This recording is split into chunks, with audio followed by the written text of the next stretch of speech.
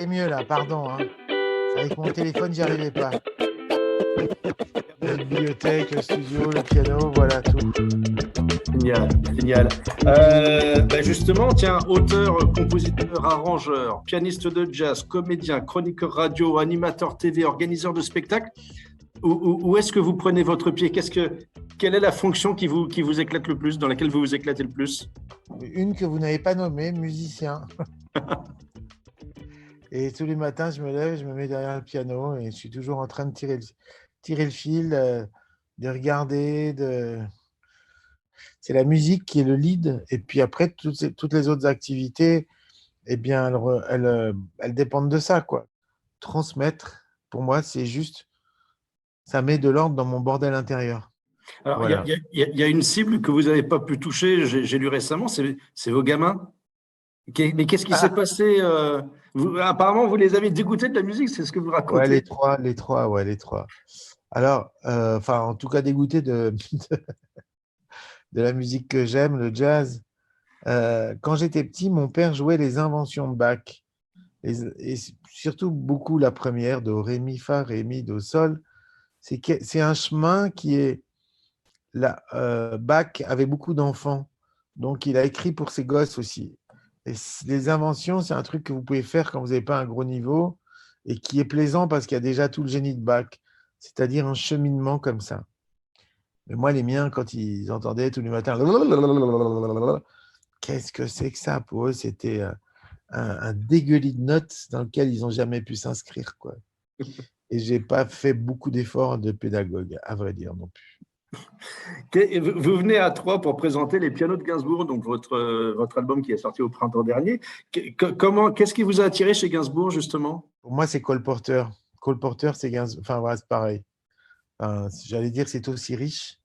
Le génie de Gainsbourg, c'est d'avoir des harmonies qui sont riches, mais aussi d'avoir le sens de la mélodie. C'est-à-dire que sur des accords super intéressants, il y a cette fameuse scène où il dit à Guy Béard, hey, tu peux faire ça, toi, connard, avec ta guitare, qui est magnifique. Et il a toute la culture de la musique classique, toute la culture du jazz. Je parle de Cole Porter, c'était un de ses héros, Gershwin, tout ça. Il commence sa carrière comme pianiste de jazz, c'est-à-dire pianiste piano-bar, mais a joué tous les standards. Et du coup, ses harmonies sont riches, mais ses mélodies sont extrêmement simples. Du coup, vendredi soir, sur la scène du théâtre de Champagne à Troyes, ce sera quoi, une masterclass aussi sur Gainsbourg? Non, ça sera essentiellement alors trois chanteuses magnifiques. Élodie Frégé, Ness, qui est une violoncelliste chanteuse incroyable, et puis Déborah Leclerc, une jeune chanteuse que j'ai découvert pendant le Covid sur Internet. Donc, je serai avec trois magnifiques muses ou sirènes pour chanter du Gainsbourg. Quand j'ai fait ce projet, les pianos de Gainsbourg, j'ai demandé à des filles et des garçons. Tous les garçons se sont défilés. En fait, ils avaient tous peur de passer derrière Gainsbourg.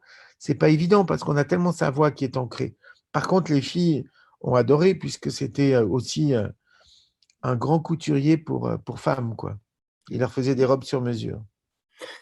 Gainsbourg, vous l'auriez eu à la Nouvelle Star. Qu'est-ce que vous lui auriez dit? Bah, que j'aurais fait waouh.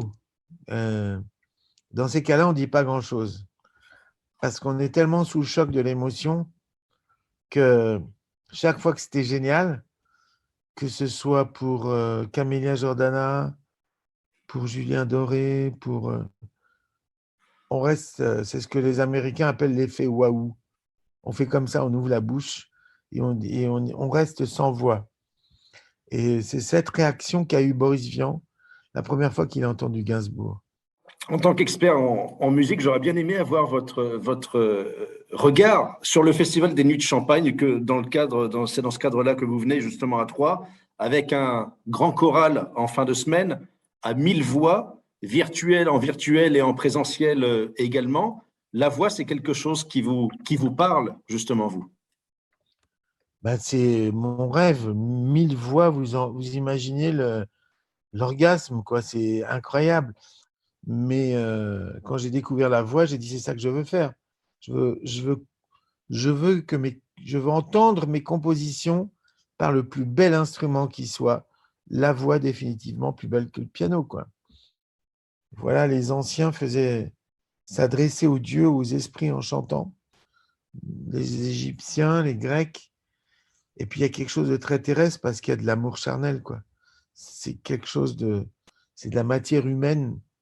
Et du coup, moi, c'est transpiration de la moustache. La musique provoque des affects, mais le chant plus que tout. Ok, eh bien écoutez, les transformations physiques du corps, voilà, c'est ça.